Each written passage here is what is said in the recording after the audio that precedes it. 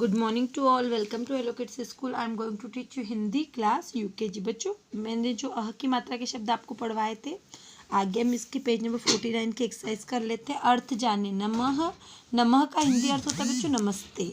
Okay. प्रातः, प्रातः का होता है सुबह। शनि, शनि का होता है धीरे धीरे। अब बच्चों, ये अह की मात्रा अभी आपको लगाने में, समझने में टाइम लगेगा, इसकी बहुत प्रैक्टिस चाहिए। तो अभी आप अह की मात्रा में आपको क्या याद करना है, सिर्फ ये तीनों के हिंदी मतलब आप याद करें। जैसे मैम बोलेगी नमः, तो आपको बोलना है नमः का मतलब होता है हर अर्थ जाने, मतलब इसका अर्थ बताना है कि नमः का अर्थ नमस्ते, प्रातः का सुबह, शनि, शनि का धीरे धीरे।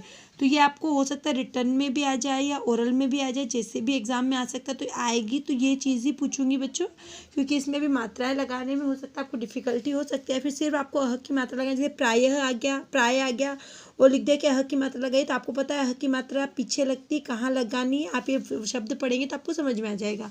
इसके अर्थ अध्यापक जी से पूछ कर लिखे। देखिए इनके अर्थ में लिखिए, संभवतः का होता है बच्चों संभावना है, अंततः का होता है अंत में, फलतः का होता है फलस्वरूप, निसंकोच का होता है बिना संकोच किए। ठीक है, तो ये तो आप जैसे मैम ने लिखे अपनी बुक में लिख लीजिए और सुंदर सुंदर लिखिए। होमवर्क के बच्चों यहाँ पे प्रायः, तो पूरे इसमें हमको प्रायः लिखना है। मूलतः तो यहाँ मूलतः, अंतः तो यहाँ अंतः, यहाँ प्रातः तो यहाँ प्रातः।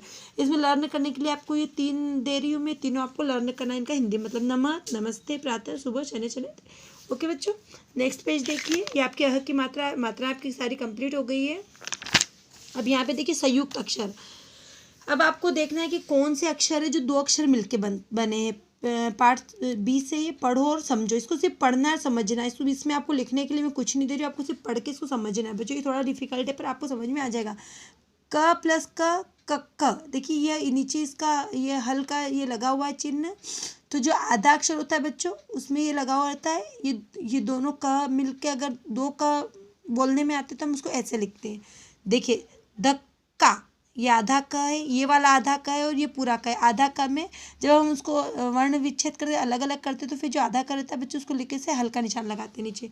तो धक्का, पक्का, चक्का, बक्का, मतलब आपको बोलने में पता चल जाएगा डबल का कहाँ आ रहा है। तो जब डबल का आएगा तो एक का आधा आएगा, जो पहले जो बोलने में का आएगा वो आधा आएगा, दूसरा पूरा आएगा। त प्लस त, अब ये देखिए त प्लस त, तो ये वाला त तो ऐसे लिखा जाएगा, इस त के बिल्कुल जोड़ के। पत्ता, गत्ता, लत्ता, छत्ता। म प्लस मम, मम्मी, चम्मच, अम्मा, जुम्मा। छ प्लस च, सच्चा, बच्चा, कच्चा, गच्चा। देखिए बोलने में 2 चा आ रहे हैं बच्चों, आपको बोलने में समझ में आ जाएगा। क प्लस तकत, वक्त, शक्ति, भक्ति, व्यक्ति। ल प्लस लत, बिल्ला, पिल्ला, बल्ला, लल्ला। इसमें ल 2 बार बोलने में आ रहा है। ड प्लस ड, गड्डी, हड्डी, लड्डू, कबड्डी।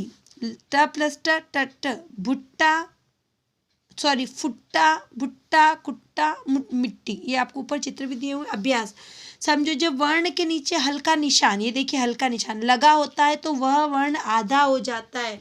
बच्चे बहुत अच्छी समझने की बात है कि जब किसी वर्ण के नीचे हल्का निशान लगा होता है तो वह हल्का निशान मतलब ये ऐसा निशान है, मैंने आपको बताया था बच्चों, ये सारे हल्के निशान है। हल्का निशान मतलब ये वर्ण क्या है, बोलने में भी आधा आएगा और लिखने में भी आधा आएगा। लेकिन इसको ये ड को हम आधा नहीं लिख सकते हैं, तो ये ड सिर्फ हल्का निशान नीचे लग जाएगा। तो हमको समझना होगा कि ड और ये ट ये आधे ऐसे हैं, मतलब ये हल्का निशान है, मतलब ये आधे अक्षर। लेकिन क को हम आधा लिख सकते हैं, म को हम आधा लिख सकते हैं, तो उनको हमने ऐसे आधा लिखा। ये दोनों आधे नहीं लिख सकते, तो इन पे हल्का निशान। आप समझ जाइए इसका आधा है, तो इसको बोलने में हम कैसे बोलेंगे। अब ये भुट्टा नहीं होगा, भुट्टा एक साथ बोलेंगे हम उसको जोड़ के।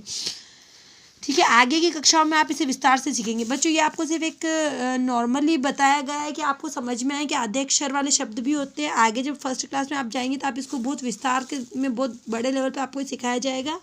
बड़े बड़े अक्षरों में लिखो लड्डू। अब आपको यहाँ लड्डू बड़े बड़े अक्षरों में यहाँ आप लिखिएगा ल ड डू। ये जो लड्डू लिखा है आप यहाँ थोड़े बड़े अक्षरों में, या फिर आप इसको एक ही बार लिख लीजिए। ये देखिए मैम ने इसको बड़े अक्षर में लिख दिया लड्डू, ल ड ये हल्का निशान है, ड में तो लड्डू। ठीक है, तो ये आपका आज का हिंदी का वर्क है। इस पार्ट 20 को आप पढ़िएगा और 19 को जो बचा हुआ है कंप्लीट कीजिएगा। Thank you.